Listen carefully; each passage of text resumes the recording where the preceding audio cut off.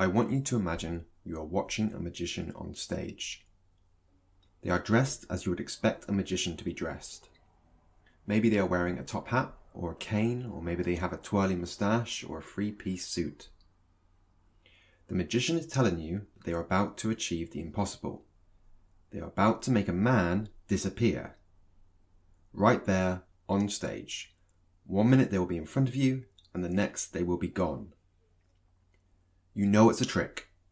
This is not your first time seeing a magician, and you know that there is something behind the scenes that means when the volunteer in the audience or the glamorous assistant vanishes, it's because of some unseen practical effect, or because the magician and the assistant have vigorously rehearsed an escape routine.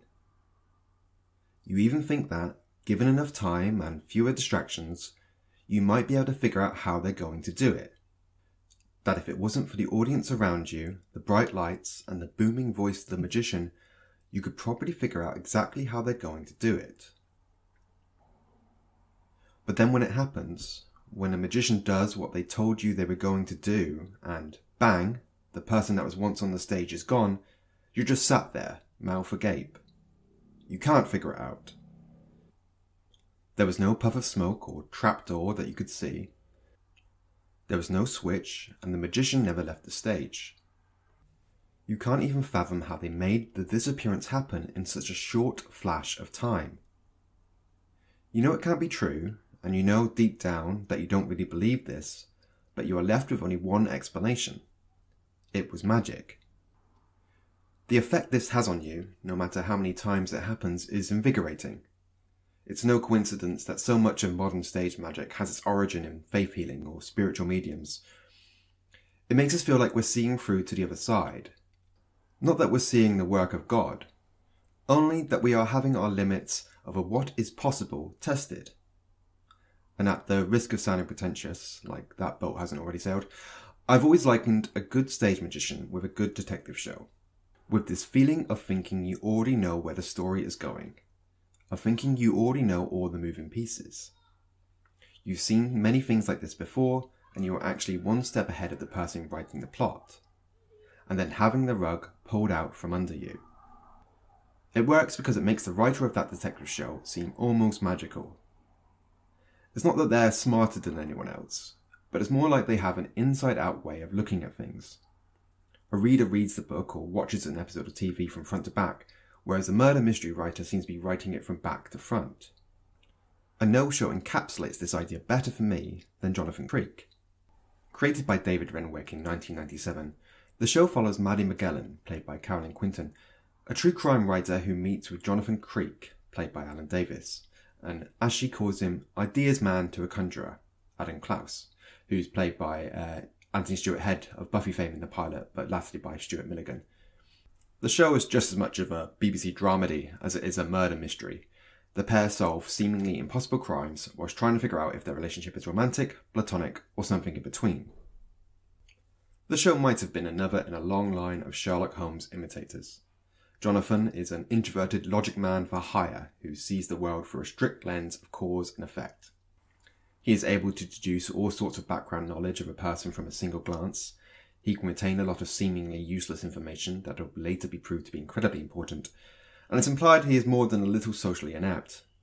Maddie, meanwhile, is like John Watson, a writer who will write up Jonathan's deductions while she follows them along, acting as the audience surrogate, asking the questions we as an audience might ask, while Jonathan teaches us how to see things how he sees them. This comes with a few problems first off. The show has the same flaw that a lot of later Sherlock Holmes adaptations will have, like the infatuation these shows will have with their home stand-ins being sex symbols.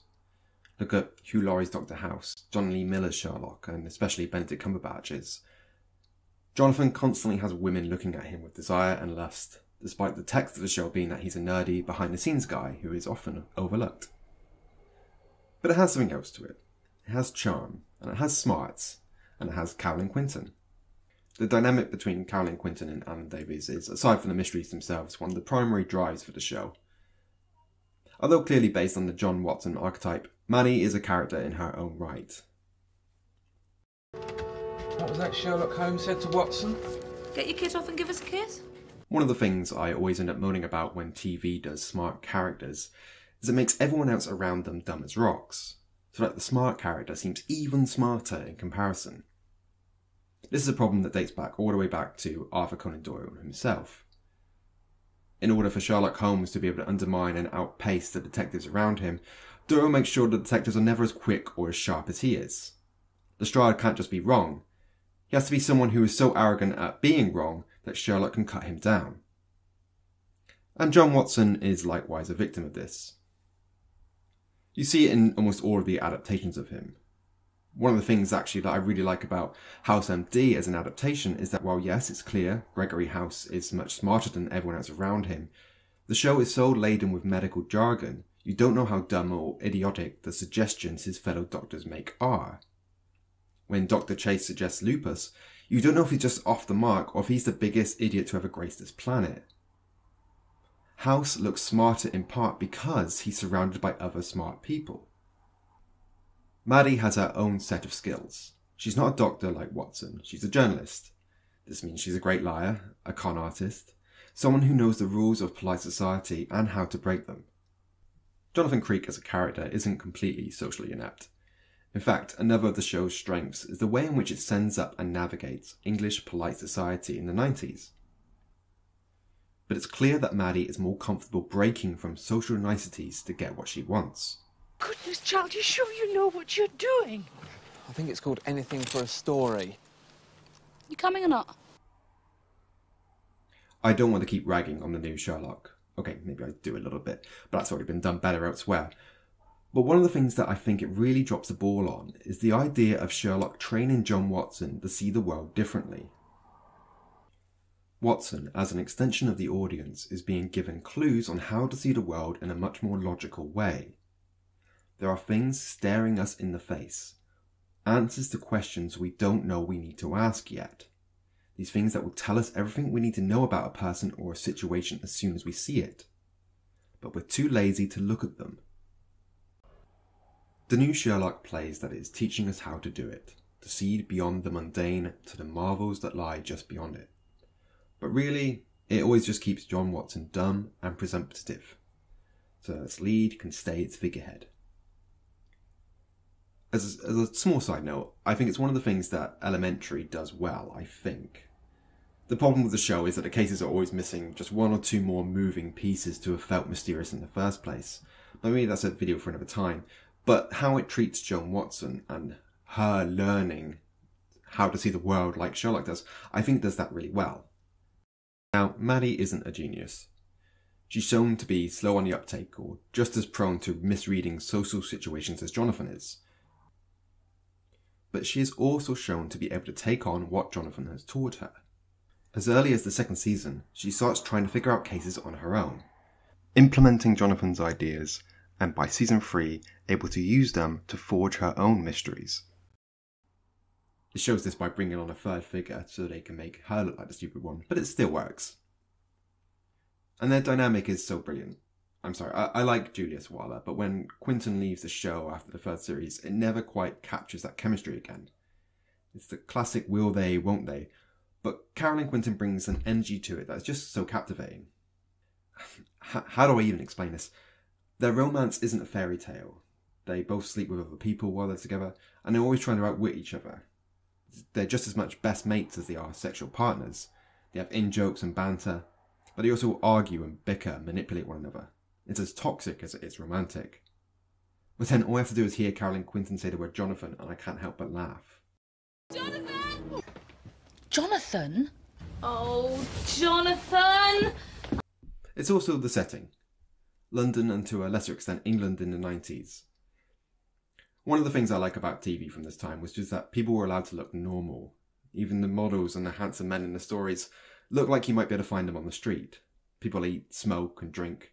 They go to pubs that actually look like pubs, and they live in London flats that actually look like London flats, with the exception of Jonathan's windmill. Alan Davies isn't chiselled like Benedict Cumberbatch. He has a face like a brick wall. And while Carol and Quentin is... Yeah, well, you'd expect it. I mean, you're a lot more... Yeah? The show might make jokes about her weight, but it still treats her as sexually appealing. which is refreshing. This is the time of Oasis and Blur, 90s lad culture at its height. Big Breakfast, Nuts Magazine, and Don't Forget Your Toothbrush. The show will linger on this culture a lot, particularly on women being used as sexual commodities. The men in the show are constantly cheating on their wives, or they have second families. Women will change themselves to try and keep up with this culture, but they're just as easily thrown away. But here's Caroline Quinton, someone who looks nothing like the girls in Nuts Magazine, and you just can't look away. Another little side note. One of the drawbacks of returning to the show is how, while I think it is able to comment on 90s culture in this way, it is still a product of that culture. The way the show handles otherness is awkward and often played for laughs. The tax inspector who has alopecia is the first one that comes to mind, but it's also the ongoing thread in the otherwise perfect Black Canary special where Jonathan and Maddie are trying to figure out the gender of Rick Mayall's assistant detective. It's not transphobic outright, but it is treated in such a way as to make you wonder what exactly it is they're going for. I promise this is all connected to each other, by the way. Jonathan Creek is not only a trick writer for a magician, the show operates on the premise that the best murder mysteries operate like magic tricks. A good trick needs invention, it needs precision, it needs expertise. But what else does it need, just as important? It needs an audience. I'm going to spoil a lot of Jonathan Creek over the next 5 minutes or so, but let's return to what I asked you to do earlier, that magician on the stage. If you've seen Christopher Nolan's The Prestige, then you already know the idea of the 3 steps to a magician's trick. First off, the pledge. They will show you something ordinary. In this case, a woman on a stage. Part 2, the turn. You are shown something extraordinary. The woman on the stage disappears. And then the prestige. It brings the person back, revealing the trick. The murders on Jonathan Creek will operate on the same premise. Take one of my favourite episodes, The Danse Macabre. This is where the spoilers are going to start coming in, by the way. In this episode, Maddie is approached by a reverend named Stephen Claythorne, played by the Fifth Doctor, Peter Davison. He's there to ask her advice about an incident that occurred between his wife and his mother-in-law. His mother-in-law is a fictional horror writer called Emma Lazarus. All the best Creek episodes have that 90s pop postmodern element to them, of being self-aware of itself as text. A macabre and fantastical figure, Emma and the Reverend don't get on. Not so much because one is spiritual in religious sense and the other is spiritual in the fact that she believes she is the reincarnation of an Aztec priestess, not princess, but because Emma is a macabre, dramatic, and one for theatrics. But during Emma's most recent visit, she is killed, shot in the chest by a man dressed as a skeleton. Emma Lazarus has a security guard who, upon hearing the gunshot, runs in to investigate. In a desperate bid to escape, the skeleton takes Emma's daughter, Stephen's wife, a woman named Lorna Claythorne, hostage. The Reverend specifically tells you that the daughter is not like her mother. This is an innocent person being caught up in the crime. The skeleton will use her as leverage to escape. But he is hampered when the security guard, an American — the show loves showing you an American doing something Brits think is a cliche thing for an American to do, like blasting a gun — shoots out the wheels. The sirens of the police can already be heard, so the skeleton takes the only option left to them. They hide in a garage. So this is the pledge. Aside from the murder, we're seeing something corporeal. This could have happened. Then here comes the turn. When the police open the garage doors, instead of the skeleton and the Reverend's wife Lorna, we see just the wife, alone. The man has vanished. This is where the meat and potatoes of the episodes takes place. Once the pledge has been set up, the show will run through everything the audience needs to see. There are no secret doors or flaws in the garage. We see clues, paint tins, hacksaw, and we see the interviews with suspects. Depending on the case, we might also meet other detectives. Again, Jonathan Creek isn't afraid to have other smart people around Jonathan, and will sometimes have detectives, like the fantastic Rick Mayall, work with Jonathan and Maddie. But it is all here to do one thing: cement the idea that you're seeing something that is impossible. A man has just vanished in front of you. A lot of detective shows operate like this. It will show you a victim or scenario. This is the pledge, this is a familiar scene, and then we'll get a turn. It's the murder. And the prestige is always the same. It's not that they are bringing the person back, but they're going to show you who did it.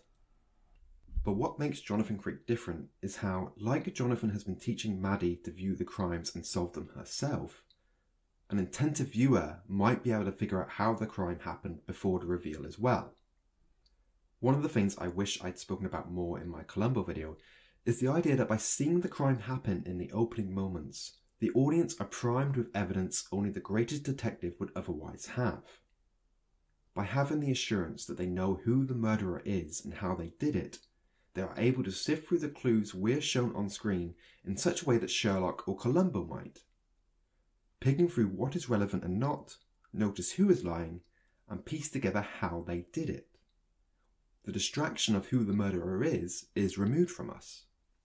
Jonathan Creek doesn't show you who did it, or tell you how they did it, but it will put the solution in front of you, in plain sight.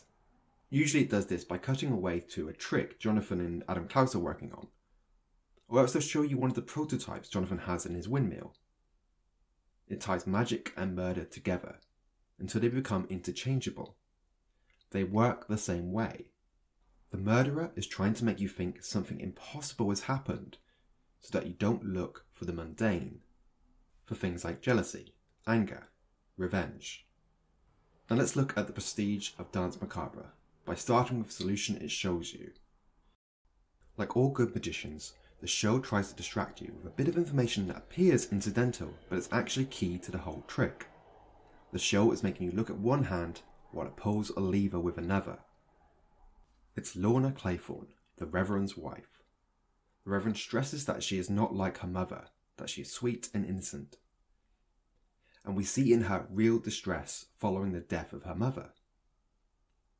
But at the same time, we see Jonathan working on a new idea for Adam's show. And now, I'll just let Jonathan explain this bit. What do you see when you watch this trick? A young girl selected at random from the audience, invited to have a go on the trampoline. She starts bouncing up and down. Higher and higher. Eventually, explodes in a puff of smoke. Where'd she go? First of all, she's not a member of the audience, she's an Armenian gymnast. Oh, great, so that's a cheat for a star. Of course it is, the whole thing's a cheat. Like the member of the audience who turns out to be an actor, the innocent daughter is actually in on the plan. The use of actors in magic tricks is a cheat. But as Jonathan tells you himself, of course it is, it's all a cheat. Is to spin it around to show everybody that there's no trap door. Then I'm going to escape out the trap door. The reason this trick works is in part because the audience wants to be deceived. They want to believe the magician has these special powers. They don't want to think that the magician is using a cheap trick like an actor, or that what is being performed on stage is not a Rube Goldberg-like system of practical effects, because the alternative is worse. Again, Jonathan sums this up better than I can. How did you do that? You don't want to know, believe me. How did you do it? It's mind-numbingly banal. Returning to Lorna, she pulls off the murder, such as it is a murder, and the disappearance of the skeleton was something incredibly dull, that when I say it out loud doesn't seem at all clever. They used a fake foam person that the wife cut up into small enough bits to fit in a few paint cans.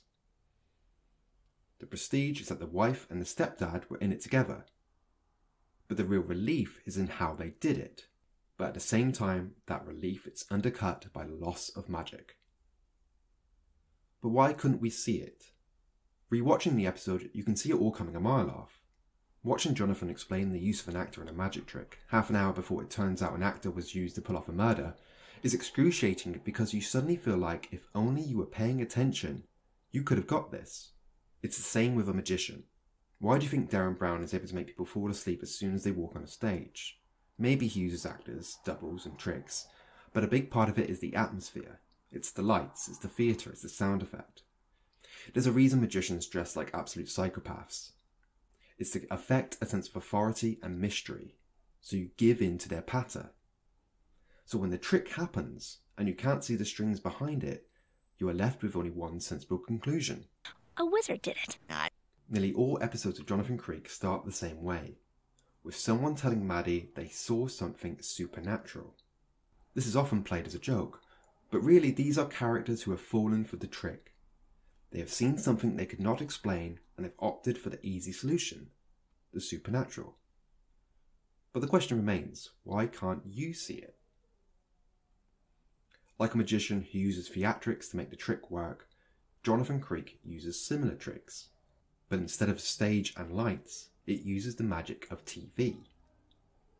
The show is set against two backdrops, a magician's act and television development, the two regularly crossing over, as if they are part of the same world. Maddie and Jonathan keep getting pulled into TV, and it's specifically TV as well, not film. These tricks aren't being used for art, they're being used for cheap thrills. In the same vein, Maddie isn't a respected journalist, she's a salacious writer who will mix fact and fiction. And what does television do? It trains you to look at the surface, to look at the scandalous or the violent or the thrilling. It wants your immediate attention, and unlike Jonathan, who is trying to tell Maddie, and by extension us, to stop, think, and inquire about what you are seeing, TV wants you to believe in the distraction, in the theatrics. These TV tricks are not high-minded grifts, they are there to manipulate you, to draw your eye from what you should be looking at. Again, this feeds into the background of 90s London, and again, how women are treated. The show will linger on how women are often the victims of this culture. But what are we missing when we only look at the surface? What is going on behind the scenes? The disposal of women is a big thing in Jonathan Creek. Women aren't just regular victims, there is also a theme of women disappearing as if out of nowhere. Look at Adam's assistant in the pilot. 1 minute she's there, and then she's gone. I've made a reference to Twin Peaks in nearly all of my videos so far, so here's one more. The magician in Twin Peaks, the one who looks like David Lynch and is actually his son. This is an idea explained better in Twin Perfect's explanation of Twin Peaks, but I'm going to nick it for a quick aside. What is David Lynch showing you in this clip? The magician is moving cream corn from one plate to another as if it's a magic trick. But the reality is this is a demonstration of how editing works, as if by magic. It can make people disappear. It can move things through solid walls just by cutting away. This is what Jonathan Creek does. The show keeps you moving, it keeps you looking on the wrong items. It makes you focus on the fantastical elements of the crime. It makes you look at the disappearing man instead of the hacksaw and the paint tins. It uses these theatrics. In Time Waits for Norman, the reason you can't put together his dual identity is because of just how straight he plays it. The acting makes you believe he is innocent. This is the same with Lorna Claythorne. You believe she has nothing to do with it in part because of how emotional she is after the killing. In The Omega Man, you believe the alien might be real because of just how authentic the home footage appears. In The Reconstituted Corpse, you don't think about how the woman in the cabinet died because you concentrate on the cabinet, one so much like Adam's cabinets, instead of the woman. And then of course there's the relationship between Jonathan and Maddie. Their humour, their will they won't they. It's the ultimate distraction from the case. The show uses the theatrics of television, the same way that a magician uses the theatrics of the stage, to draw your attention away from the answer, even though the answer is staring you in the face. Jonathan Creek, both the character and the show, is telling both the audience and Maddie, through small, cryptic asides, that if only we focused on the clue, we would have it. But we just can't see it. Anyway, that's enough of this episode, I think. Thank you again for watching and listening. And if you got to the end of this, thank you so much. If you could subscribe and give me a like, that's great. I'm hoping to have some more episodes about murder mysteries soon. I'm actually just finishing up a book I'm reading on Patricia Highsmith before I write something about how she writes murder mysteries.